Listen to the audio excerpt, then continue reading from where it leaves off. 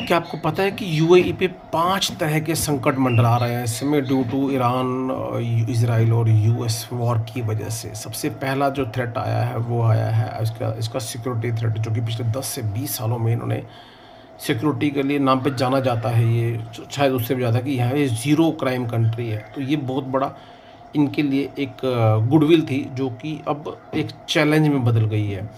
दूसरा है इनके ऊपर इकोनॉमिक थ्रेट आ गया है बिल्कुल, क्योंकि ये जो कंट्री चल रही थी, फाइनेंशियल सेक्टर था, वर्ल्ड का फाइनेंशियल कैपिटल। जैसे मुंबई इंडिया की फाइनेंशियल कैपिटल है, ये वर्ल्ड की फाइनेंशियल सेंटर माना जाता था। और ये अब लोग यहाँ पे पैसा डालने से डर रहे हैं, जो कि ऑलमोस्ट पूरे वर्ल्ड का पैसा यहाँ पे एकत्रित होता था, वो अब रुकना शुरू हो चुका है रादर।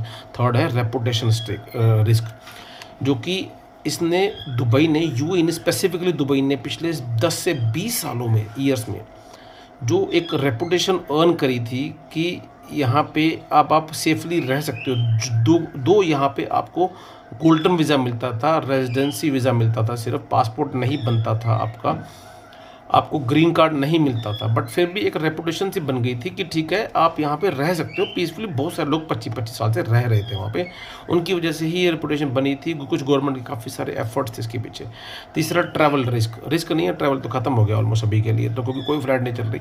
जब फ्लाइट नहीं चल रही तो कोई आएगा नहीं, कोई जाएगा नहीं। अभी तो जो लोग फंसे हुए हैं उन्हीं को लाना और ले जाने में लगे हुए हैं। अभी जो लोग यूएई से बाहर फंस गए, यूएई के सिटीजन या रेजिडेंट्स, उनको दुबई में लाने का चैलेंज चल रहा है। और जो दुबई में फंसे हुए हैं, जो बाहर के टूरिस्ट थे, उनको वापस आने का चैलेंज चल रहा है। तो अभी तो वही चल रहा है, अभी तो भूल जाइए, ट्रैवल बहुत बड़ी बात हो गई। तीसरा हो गया इन्वेस्टर अनसर्टेनिटी, बल्कि अब तो उल्टा हो गया। वहाँ पे इन्वेस्टर्स सोच रहे हैं कि पैसा बाहर निकालें। ठीक है, जो बड़े बड़े इन्वेस्टर थे वो शायद अभी भी ना सोचे, जिन्होंने अपना पैसा पार्क कर रखा था। बट जिन्होंने पार्क नहीं कर रखा था, जो सिर्फ मात्र एक रेंटल इनकम या किसी और चीज़ के लिए अर्निंग करने के लिए गए थे, एज ए रियल एस्टेट, मतलब as a real estate expert, मैं ये बोलूँगा, मैं ब्रोकर की बात नहीं कर रहा। I am an auditor and I am a chartered accountant as a real estate expert. मैंने रियल एस्टेट की कंपनी काफ़ी सारे ऑडिट कर रखे हैं। तो ये कहा जाता था कि बबल फटेगा ये वाला, बट ये बबल नहीं था, या था पता नहीं कहा जा सकता अभी एज ऑफ नाउ, कि पूरे वर्ल्ड के लोग अब मूव हो रहे थे। बट हाँ, ये थ्रेट आ चुका है। अब लोग इन्वेस्ट तो नहीं करेंगे, 200% तय है ये बात। हाँ, अब पुराने इन्वेस्टर का क्या होगा ये समय बताएगा, बट इन्वेस्टर थ्रेट आ चुका है। तो ये 5 तरह के थ्रेट आ चुके हैं।